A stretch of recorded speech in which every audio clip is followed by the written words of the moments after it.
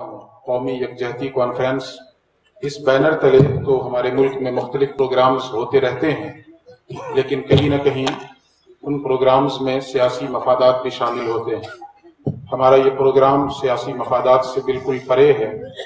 اور ہم پورے اخلاص کے ساتھ یہ چاہتے ہیں کہ ہندوستان میں قومی یکجہتی کی فضا قائم ہو، اور چونکہ ہندوستان کثیر المذاہب ملک ہے، یہاں مختلف مذاہب کے ماننے والے، مختلف مذاہب عمل کرنے والے لوگ رہتے اور بستے ہیں، لہٰذا اس ملک میں شدید ضرورت ہے اس بات کی کہ قومی یکجہتی کی فضا قائم ہو۔ میں نے اپنے شیخ سے اکثر ایک شعر سنا ہے، اور آج اس شعر کو شرمندہ تعبیر ہوتا دیکھ رہا ہوں کہ کوثر و گنگا کو ایک مرکز پہ لانے کے لیے ایک نیا سنگم بنائیں گے زمانے کے لیے۔ اللہ رب العزت نے قدرتی طور پہ اس سرزمین کو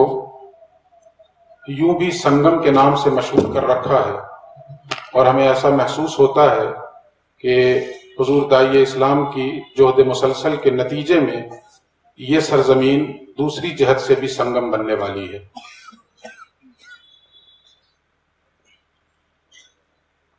حضور داعی اسلام نے ہمیں جو اسلام سمجھایا ہے، اور خود آپ کی ذات جس اسلام کی نمائندگی کرتی ہے، اس حوالے سے بڑی خوبصورت گفتگو ہمارے جامعہ کے 2 اساتذہ کر چکے ہیں، حضرت مولانا محمد ذکی اظہری صاحب اور جو ہمارے مصر سے تشریف لائے ہوئے مہمان ہیں۔ ان دونوں کی گفتگو اسی اسلام کو ریپرزینٹ کر رہی ہے جس اسلام کی نمائندگی داعی اسلام کر رہے ہیں، اور جس اسلام کو ہمیں شب و روز سمجھانے کی کوششیں کر رہے ہیں۔ ہم اس اسلام کے ماننے والے ہیں کہ جس کے بارے میں حدیث میں آتا ہے کہ پیغمبر اسلام جب فتح مکہ کے دن مکے میں داخل ہو رہے تھے اور پورا قافلہ آپ کے پیچھے تھا، تو ایک کتی نے کچھ بچوں کو جنم دیا تھا تازہ تازہ۔ اچانک حضور کی نظر وہاں پڑی، ٹھہر گئے حضور، اور خود تو اپنا راستہ بدلا ہی، ساتھ حضور نے ایک صحابی کو حکم دیا کہ تم یہاں کھڑے رہو،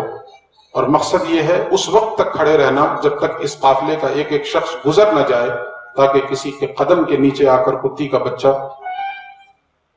تب نہ جائے۔ تو ہمیں تو پیغمبر نے وہ اسلام سمجھایا ہے کہ کتی کے بچے کی بھی زندگی کا خیال کرنا ہے، تو انسانوں کی زندگی تو بہرحال اس سے زیادہ قدر و قیمت کی حامل ہے۔ ہم اسی کوشش میں لگے ہوئے ہیں کہ عالمی سطح پر بھی اور بالخصوص ملکی سطح پر اس اسلام کو لوگوں تک پہنچایا جائے، اور اس اسلام سے روشناس کرایا جائے کہ جس کے نام لیوا جب اسلام کا نام لیں تو نام لیتے ہی ان کے وجود سے امن پھیلنے لگ جائے۔ ہمیں اس بات کی خوشی ہے کہ کم از کم اس 4 دیواری کے اندر تو ہم نے اپنی اس کوشش میں بہت حد تک کامیابی حاصل کر لی ہے، اور مختلف مواقع پہ اس طرح کے پروگرامز کے انعقاد کا مقصد بھی یہی ہے کہ یہ فضا جو اس 4 دیواری میں قائم ہے باہر بھی نکلنے لگ جائے، باہر بھی یہی صورتحال، یہی امن اور یہی محبت کی فضا قائم ہو۔